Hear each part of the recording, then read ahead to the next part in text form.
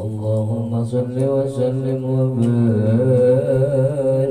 عليه يا نبي سلام عليك يا رسول سلام عليك يا حبيب سلام عليك صلوات الله عليك يا نبي سلام عليك يا رسول سلام عليك يا حبيب سلام عليك صلوات الله عليك Bapak Ibu sekalian,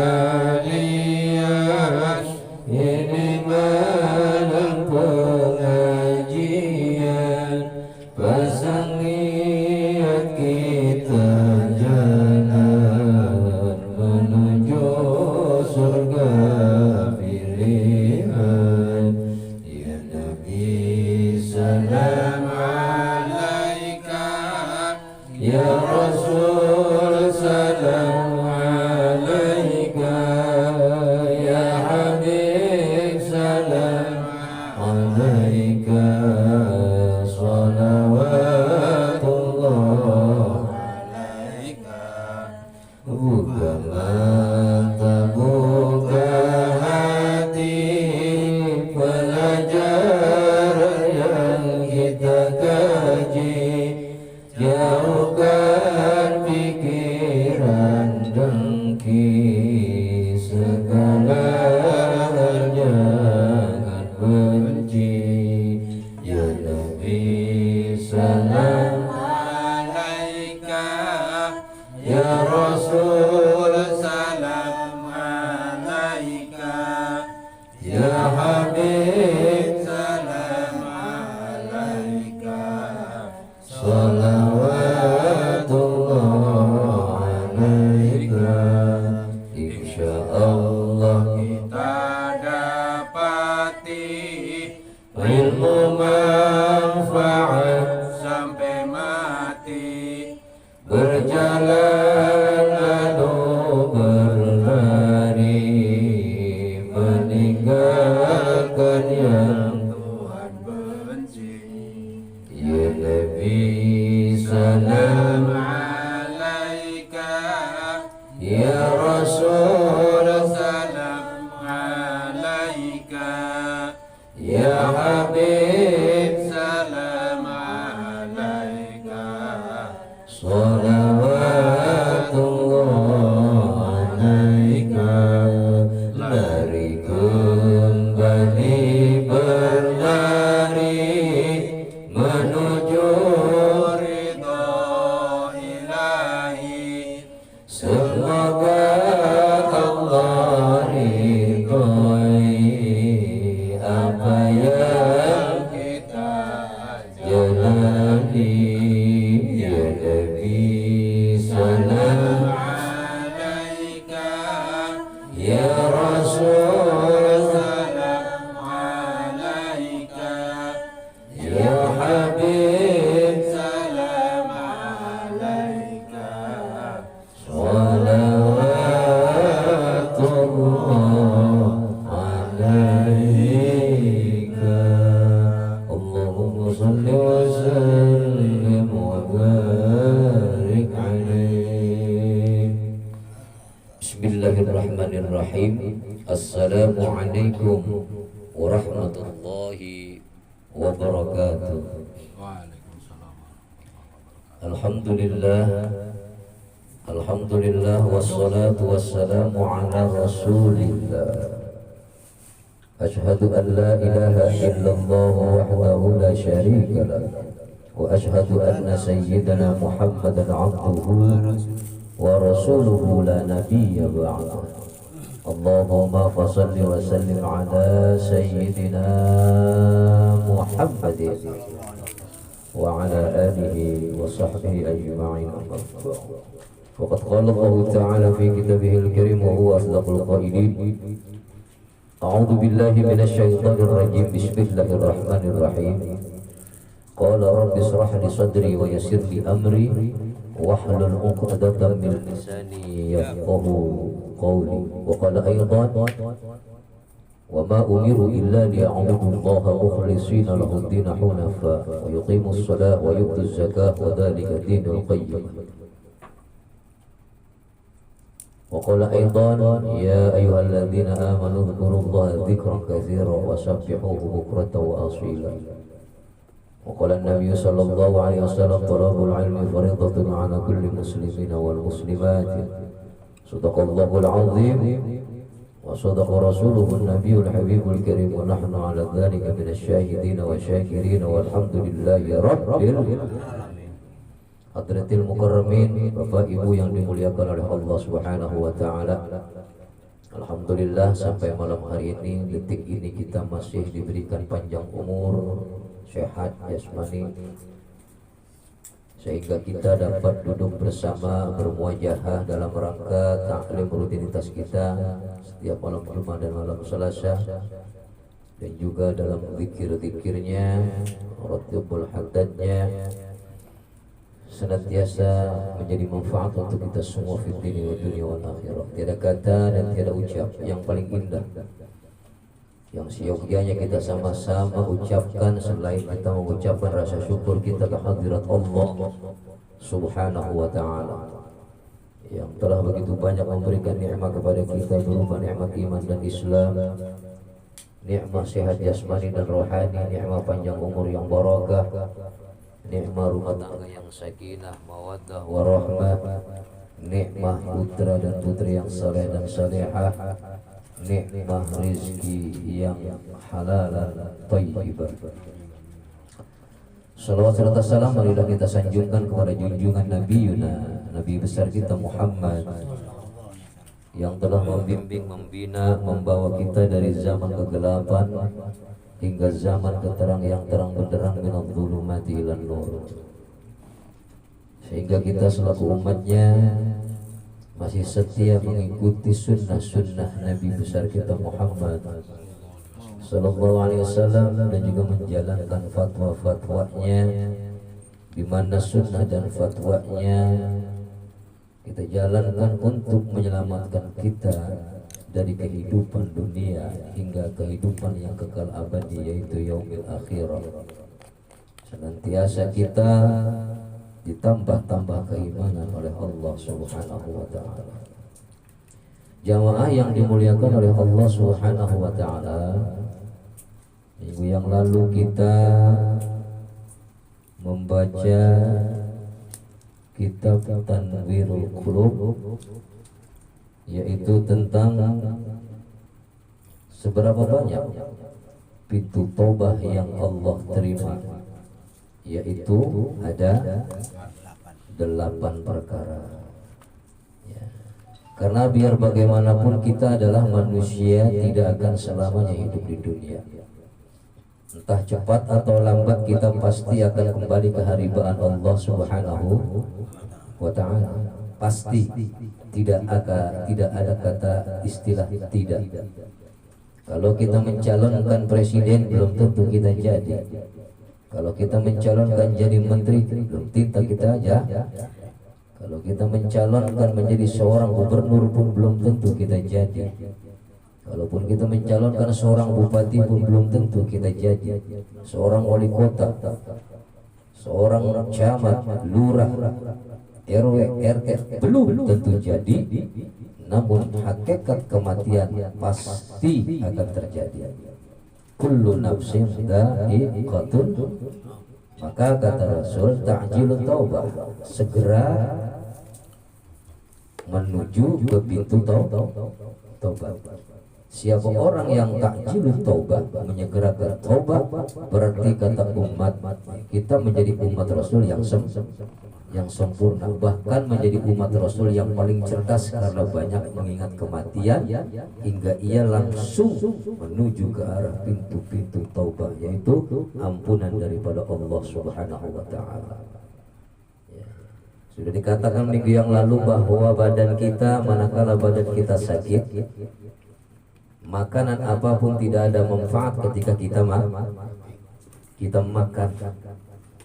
Manakala badan kita sakit, apapun yang diberikan makanan kita yang masuk ke dalam perut kita melalui lidah kita tidak akan ada manfaat, karena dalam keadaan sakit tidak sempurna lidah kita merasakan nikmatnya makanan. Begitu juga dengan hati, yang manakala hatinya itu tergoda oleh cinta dunia,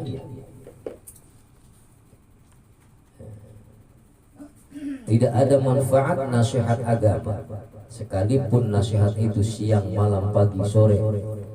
Bahkan ribuan para ulama memberikan fatwanya, tidak ada manfaat itu mau'idhah hasanah, karena hatinya tergoda dengan cintanya dulu. Itu karena penyebabnya adalah tulul amal wa itba'al hawa, panjangnya angan-angan dan memperturutkan hawa nafsu dunia. Sehingga manakala hati kita menjadi keras, kalau hati kita keras, tidak akan masuk dan tidak ada manfaat itu mau'idhah hasanah, nasihat-nasihat kebaikan. Sebagaimana bumi yang rusak, maka walaupun diterpa, ditimpa, disiram dengan hujan yang begitu lebat, begitu banyak, maka bumi itu tidak akan manfaat, tidak akan menumbuhkan tanaman, tidak akan menumbuhkan apa yang kita tanam. Karena apa?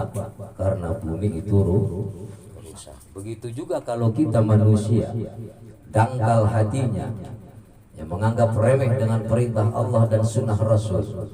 Manakala Allah memerintahkan sholat, ia tinggalkan sholat.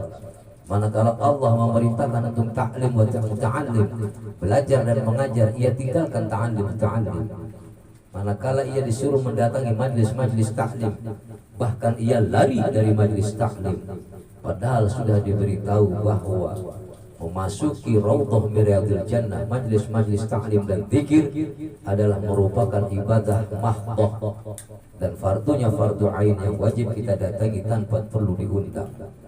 Untuk itu marilah kita sama-sama menyegerakan taubat kita kepada Allah Subhanahu wa taala.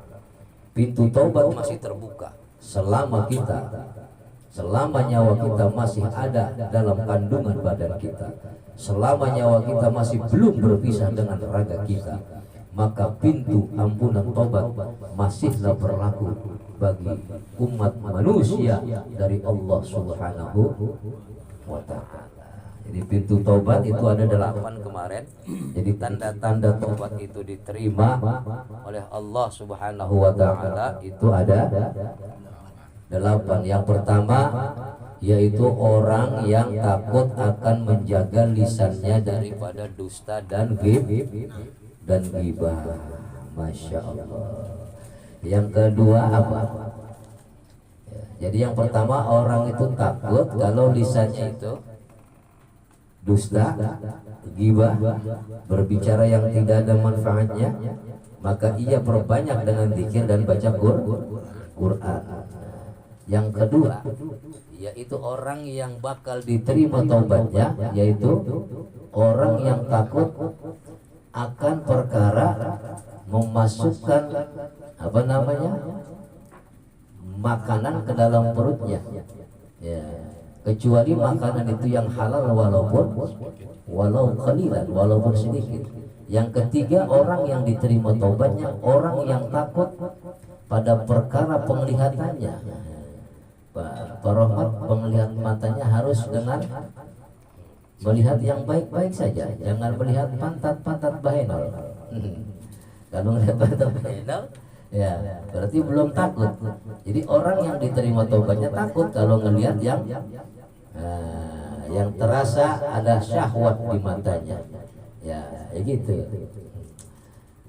Jadi yang keempat yaitu orang yang takut akan perkara kedua tangannya, ya, untuk apa? Berbuat yang haram, tapi dia menyegerakan tangannya untuk memberikan atau menjalankan tangannya itu ke jalan-jalan taat kepada Allah Subhanahu wa taala. Jadi kalau kita kaya medit. Ya, itu takut akan itu kita diterima taubatnya hingga tangan kita pandai memberi untuk jalan ketaatan kepada Allah Subhanahu wa taala. Yang keempat, ya kalau ngaji mainin HP melulu nggak bakalan nyampe, matiin HP-nya. Kalau ngaji udah tua, ngajinya ngaji nguping, main HP melulu, mau kapan nyampe-nya ngaji? Kalau nggak nyampe ngaji, ya jauh ke tobat. Ya orang pada tua main HP melulu, ya bagaimana?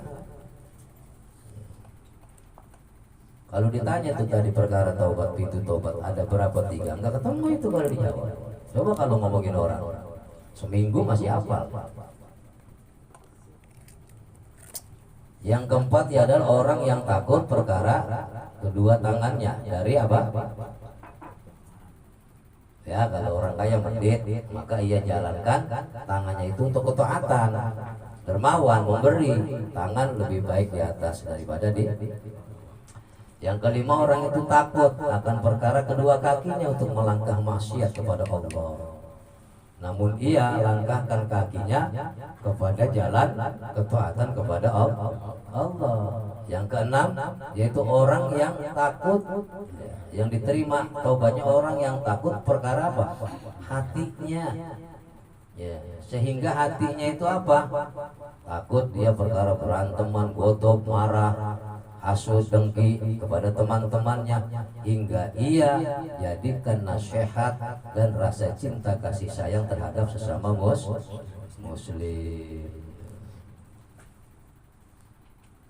Yang keberapa tadi? Yang setuju ayyakhofa fi amri sama.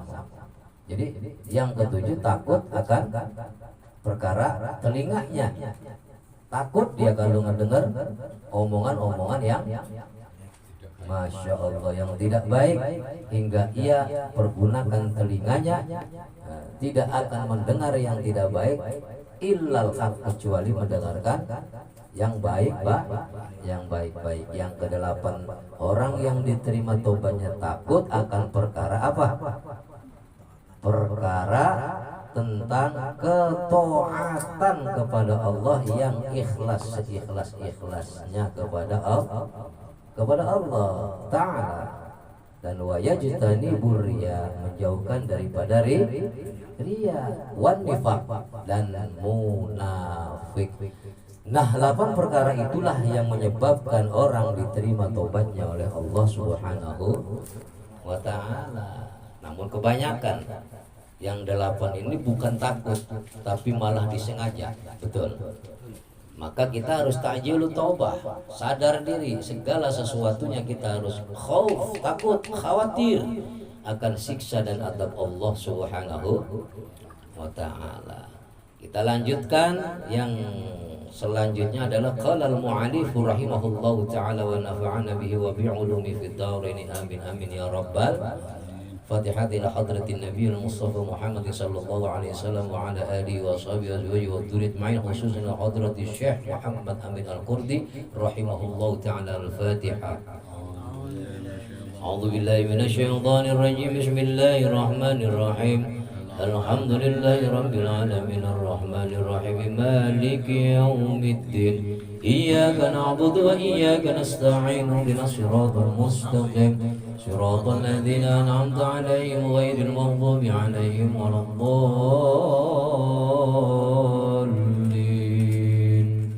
Rabbighfir lana wa liwalidayna amin. Bismillahirrahmanirrahim. Hukiyah. Jadi ada salah satu hikayat atau cerita, annahu kana fi bani Israil, bahwa sesungguhnya pada zaman kehidupan kaum Bani Israil.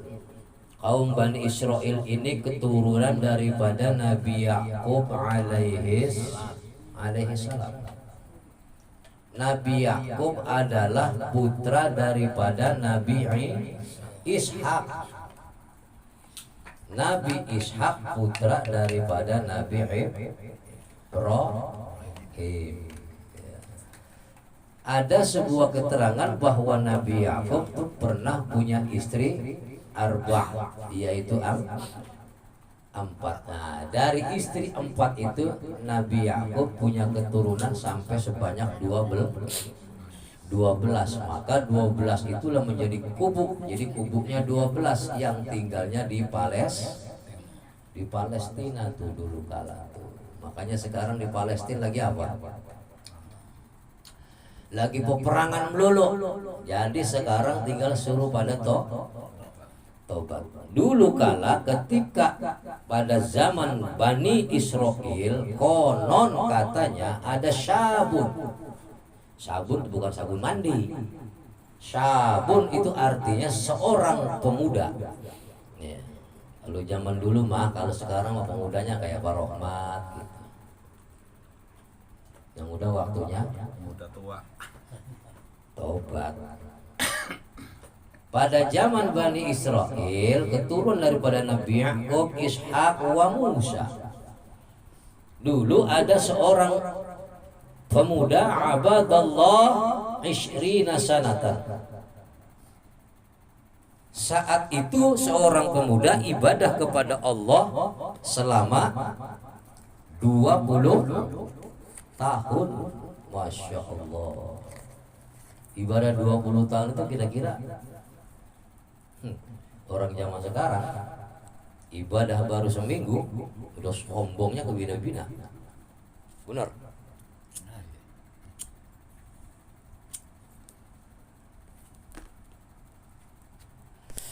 Kalau dulu tuh ada tuh orang Bani Israel, seorang pemuda yang ibadahnya selama 20 tahun. Mantap, 20 tahun istiqomah. Jarang manusia sekarang yang bisa ibadah 20 tahun. Ibadah sholat tahajud seminggu, siang pagi udah ngomongin orang. Nggak gampang ibadah 20 tahun. Tapi dulu ketika zaman Bani Israel, ada seorang pemuda, dia mampu ibadah taat kepada Allah selama sepanjang masa 20 tahun.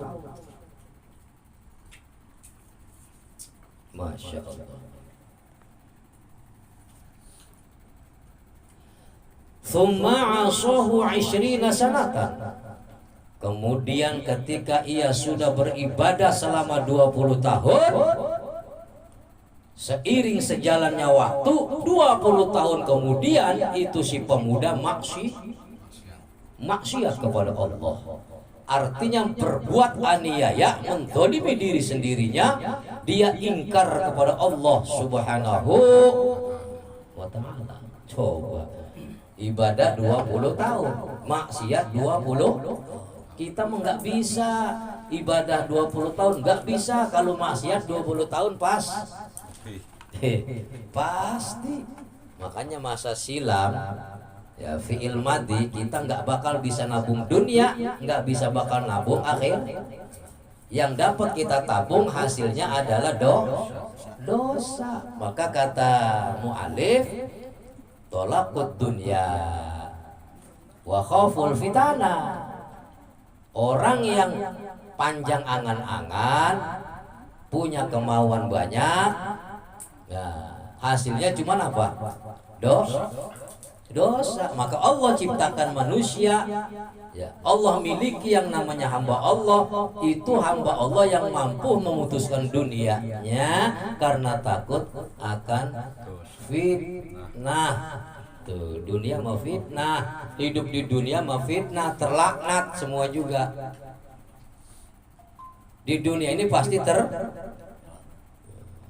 ad-dunya mal'unatu fiha illa bidzikrillah. Dunia ini semua pasti terlaknat, termasuk yang di dalam illa bidzikrillah, terkecuali orang-orang yang mau dan selalu mengingat Allah, yaitu zikir, walaupun seminggu sekali ya zikir, ya kan?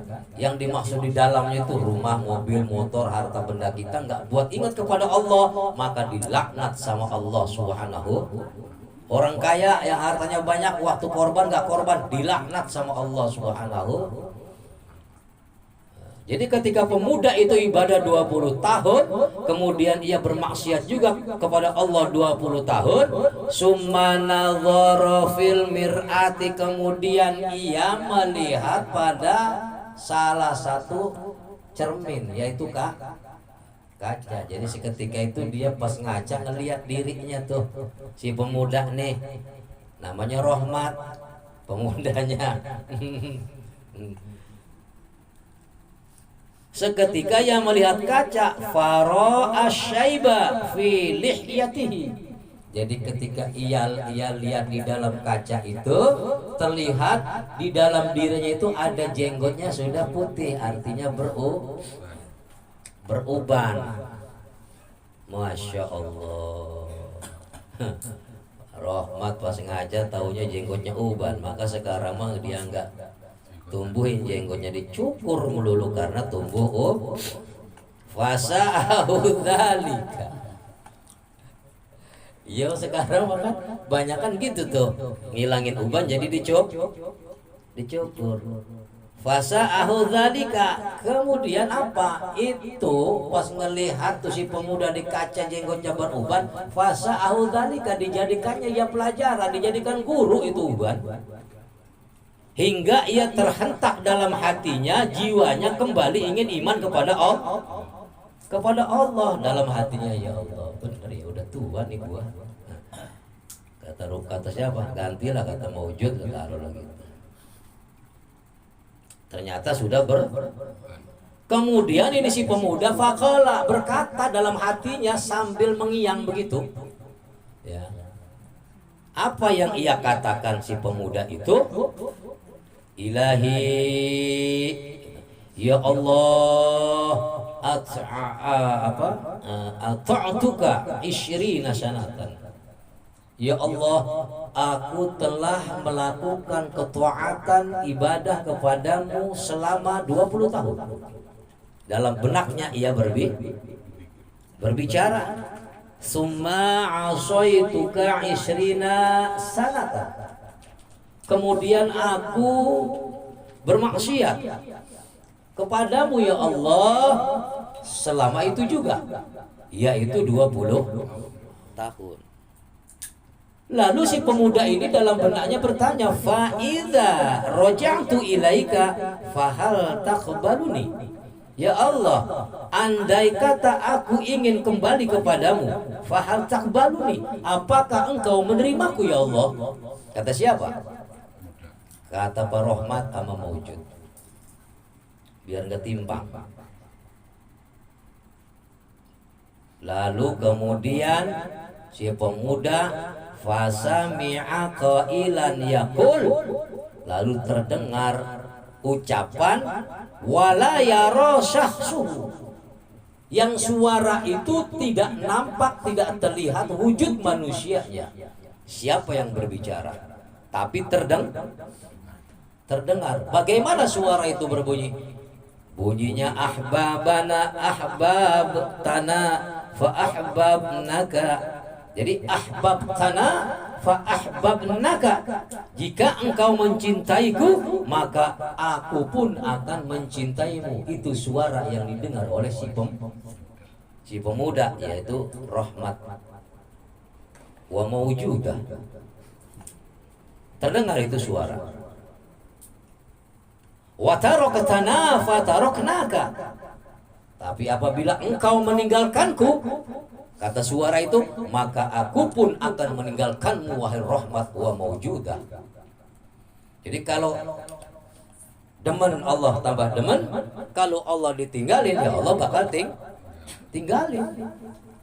Kalau orang sekarang mau udah ada demenan, gua tinggalin lo, tinggalin besok balik, namanya demen. Jadi kata Allah mah begitu tuh. Kalau Pak Rahmat demen sama Allah, Allah lebih demen. Kalau Maujud demen sama Allah, Allah lebih demen. Kalau Pak Rahmat tinggalin Allah, Allah bakal tinggalin Pak Rahmat. Kalau Maujud tinggalin Allah, Allah bakal tinggalin Maujud. Tinggalin sama Allah. Wa asaina fa amhilnaka.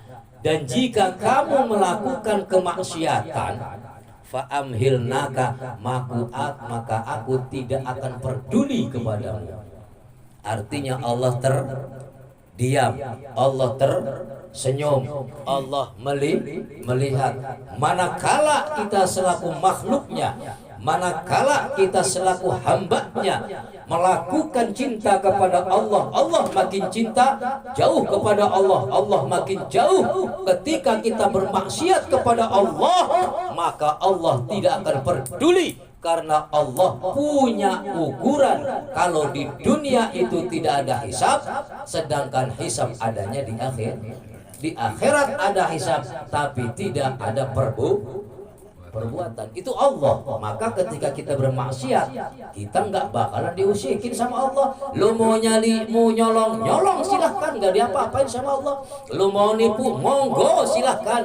Lu mau pada selingkuh, monggo selingkuh, ayo silahkan.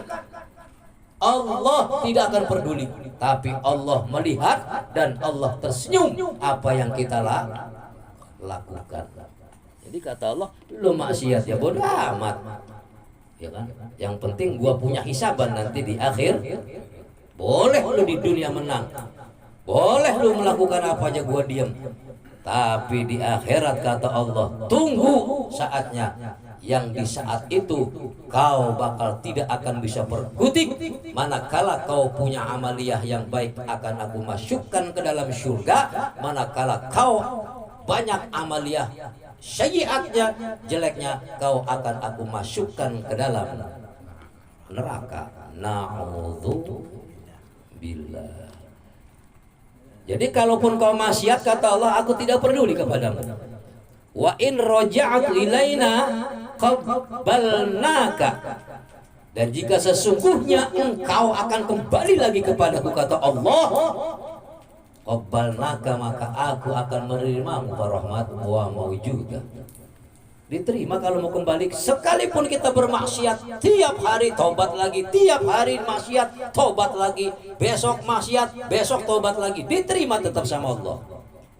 Qala ba'dul ulama, bahkan telah berkata sebagian daripada ulama. Apa kata ulama? Dari sebagian ulama, inna syaba. Jadi ini kok pemuda terus ya. Ya kalau kita berbicara tobat, kalau orang yang udah tua mah tobat enggak heran, enggak takjub. Kalau orang udah tua tobat, emang udah wayahnya, udah waktunya, karena udah dekat kubur. Mampir dulu di rumah sakit, habis dari rumah sakit seger pulang, gak taunya meninggal. Itu urusan Allah.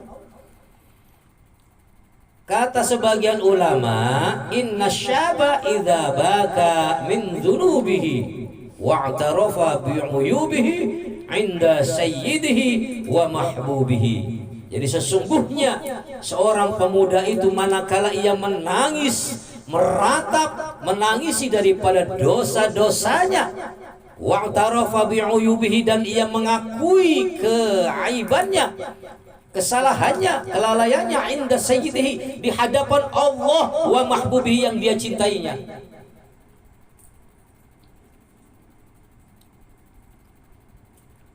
Jadi pemuda ini mengakui dirinya itu bahwa banyak aib, banyak dosa di sisi Allah Subhanahu wa ta'ala yang ia cintai. Wa qala, dan telah berkata, ilahi, ya Allah, ana asatu, ya Allah, aku telah melakukan keburukan, aku telah melakukan kerusakan, aku telah berbuat aniaya pada diriku sendiri, ya Allah.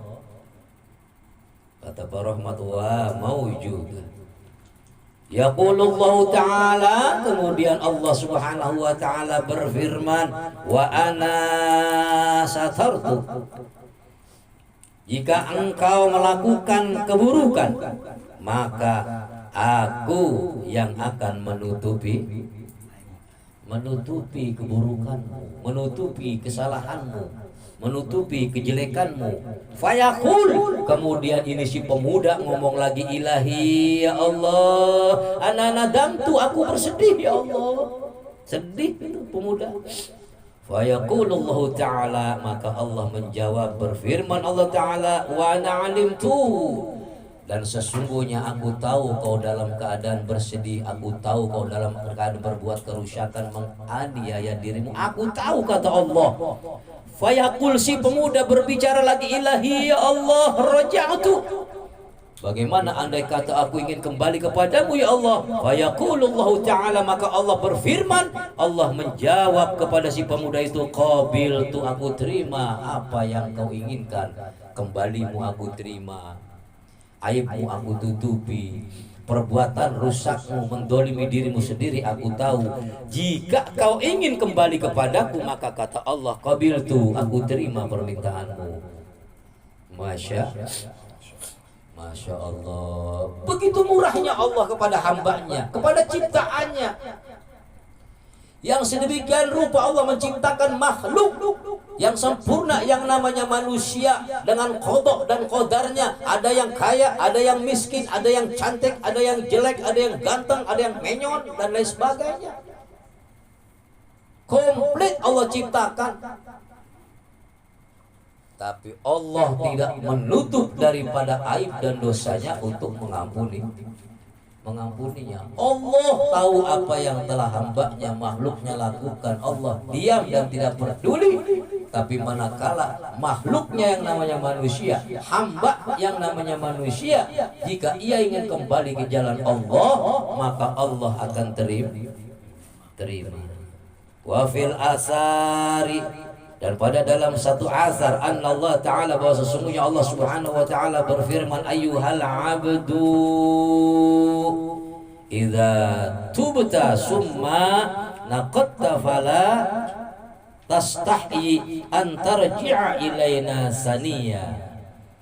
Apa kata Allah dalam firman-Nya, wahai hamba-hambaku, idza tubta, apabila engkau bertobat, summa naqad fala tastahi, kemudian kamu menggugurkan tobatmu, membatalkan tobatmu, artinya nggak jadi tuh, mau tobat kagak jadi. Fala tastahi, maka jangan malu, kata Allah. Sebetulnya sih bukan malu, nggak malu, nggak takut, terunyung namanya, ya. Mau tobat kagak jadi, batal, gugur, nggak usah takut, nggak usah malu, kata Allah, antarji'a ilaina saniyan. Jadi kembalilah kamu kepadaku untuk yang kedua kalinya. Yang pertama tobat kita, terus kita maksiat, terus masuk lagi tobat, nggak jadi. Tapi kata Allah, nggak usah malu, datang tobat, sujud kepadaku, yang kedua kalinya aku terima. Kata siapa? Kata Allah, pemuda yang mau tobat tuh dibatalin tobatnya, digugurin. Kata Allah, jangan malu, kembalilah kamu kepadaku untuk yang kedua kalinya.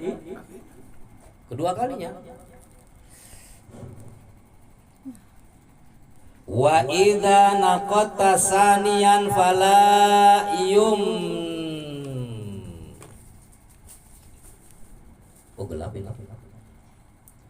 wala yamna'ukal haya'u an ta'tiyana salisan. Jadi apabila kamu menggugurkan taubatmu, ngegagalin taubatmu, membatalkan taubatmu yang kedua kali, maka jangan kau tutupi rasa malumu, maka datanglah kepadaku untuk yang ketiga kali. Artinya tobat yang ketiga kali. Bahkan kita maksiat, tobat 1 hari 70 kali juga Allah masih tetap terima. Rahman. Kemarin maksiat, sekarang tobat, besok maksiat lagi, tobat lagi. Jadi kata Allah, kalau kamu yang kedua kalinya gagal, datanglah yang ketiga kalinya, nggak usah malu, datang aja ke Allah, ya Allah aku tobat. Betul. Wa idza naqata salisan, apabila kamu menggugurkan, membatalkan tobat yang ketiga, farji'a ilaina rabi'an.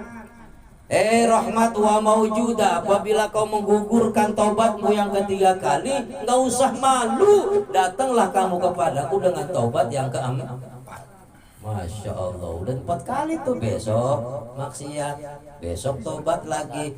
Itu namanya STM, sholat terus maksiat jalan, kan gitu. Ya seimbang, enak aja. Seimbang, nggak sesuai dengan ibadah dan Masya Allah. Kalau dosa gede Pak. Fa anal jawadul ladzi la abu khalli.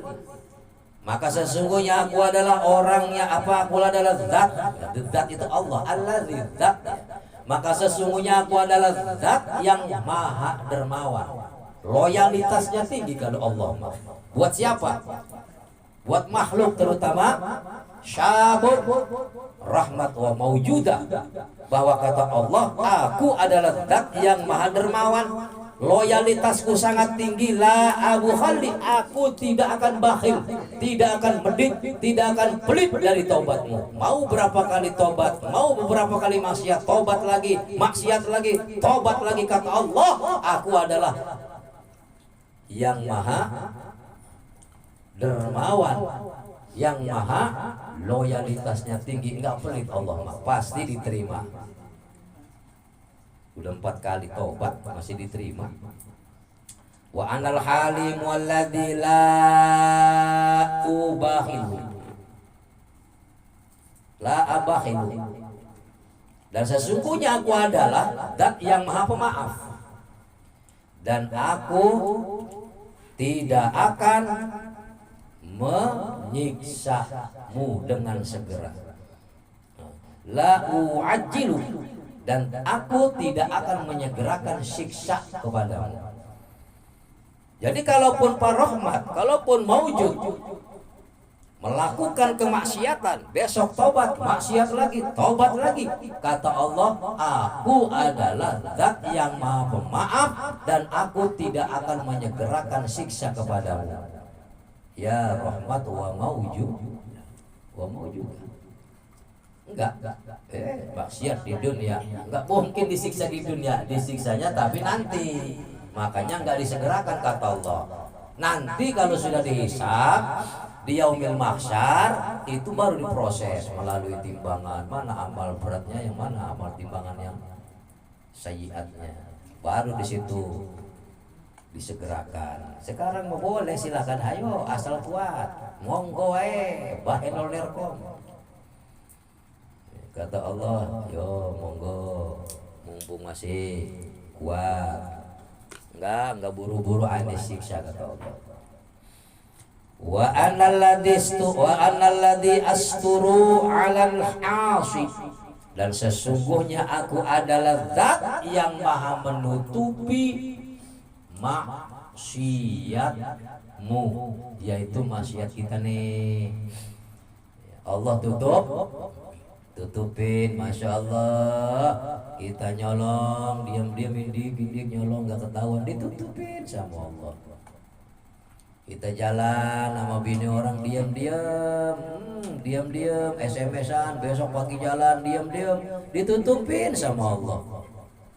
Sampai tandanya hitam, nggak bening-bening, saking banyaknya udah hitam maksiat pelulu sama bini orang, lagi tambah hitam mukanya. Tapi kata Allah, aku tutup.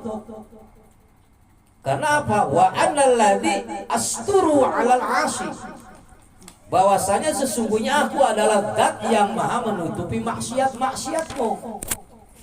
Maksiatnya kita nih manusia, ya. Kalau Allah buka aib-aib, ya, aib-aib hamba manusia yang ada di dunia ini, semua dibuka sama Allah. Enggak orang bodoh, enggak orang alim. Masya Allah, tiap hari tuh dosa numpuk. Berapa banyak yai, ulama, ustadz yang ternyata nggak kalah dosanya banyak sama preman, apalagi preman. Tapi begitulah Allah, maha adil, maha loyalitasnya tinggi. Allah maha tahu, maha pemaaf, hingga Allah tutupin itu orang, tutupin itu hambanya dari maksiatnya. Maka doanya apa? Allahumma gfir li ummati sayyidina Muhammad. Allahumma arhamna ummat sayyidina Muhammad. Allahumma astur umat sayyidina Muhammad. Masya Allah. Minta ditutup aibnya sama Allah. Sekecil dan sebesar apapun dosa kita, tutup ya Allah. Sebelum aku bertobat kepadamu, jangan kau buka aibku. Maka kalau kata orang ahli tasawufnya, aku dianggap orang suci, padahal aku orang paling banyak Andai kata Allah buka aibku, maka aku tersungkur di dunia ini sampai akhir. Masya Allah. Wa aqbalut tabi'in, dan aku adalah zat yang maha mengampuni taubat-taubat hambaku, taubat-taubat ciptaanku. Wa a'fu 'anil khotiin, dan aku adalah zat yang memaafkan orang yang berbuat salah, berbuat kejelekan, berbuat hasud. Wa arhamun nadimin, dan aku adalah zat itu Allah, dan aku adalah zat yang mempunyai kasih sayang kepada orang-orang yang menyesali atas segala perbuatan dosa. Wa ana arhamur rahimin, dan sesungguhnya aku adalah zat yang maha pengasih lagi maha penyayang. Masya Allah. Tuh gak kerasa ngaji mah, udah jam 11. Tinggal besok kita lanjutin. Besok lanjutannya begini nih, mangdal ladzi ata ila babina fardudna. Jadi apakah kalau ada orang masuk ke pintuku, datang ke pintuku, apakah aku menolaknya? Tidak, Allah. Artinya apabila orang itu tobat, Allah enggak bakal nolak. Maka manakala kita sudah mendapati begitu banyak dosa, sudah kita ketahui malam ini bahwa ketika hikayat zaman Bani Israel ada seorang pemuda yang melakukan kemaksiatan selama 20 tahun. Beribadah selama 20 tahun, maksiat selama 20 tahun. Ketika ia mau kembali taubat kepada Allah, ia tetap ampuni dan diterima taubatnya. Dan ketika ia hari ini taubat, besok maksiat, lalu kemudian taubat lagi.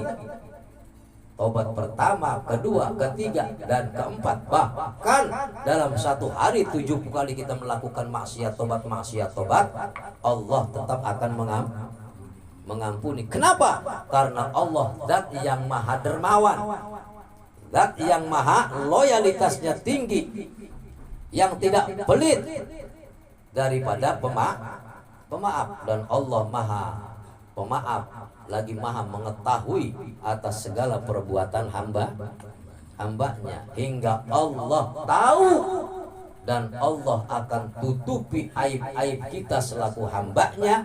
Allah ampuni, Allah terima tobat kita.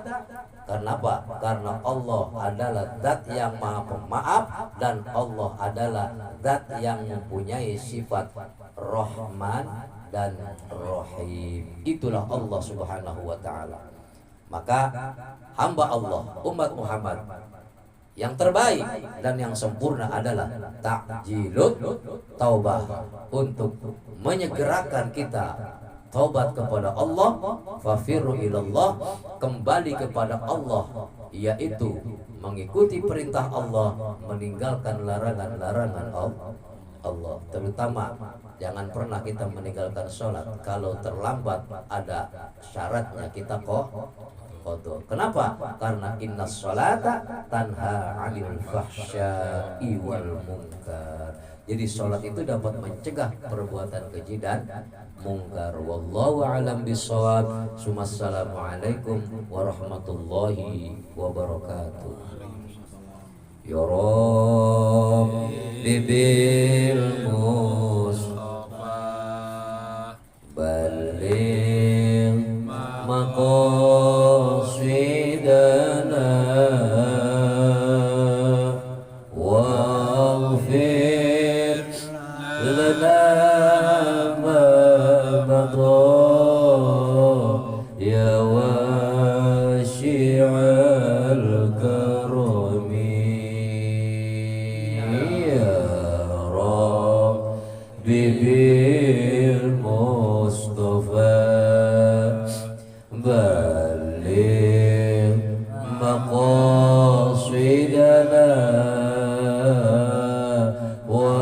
waghfir lana ma madha ya wasi'al karami ya Rabbi bil Mustafa balligh maqasidana waghfir lana ma madha ya wasi'al karami wa sallallahu ala sayyidina Muhammadin wa ala alihi wa sahbihi ajma'in walhamdulillahi rabbil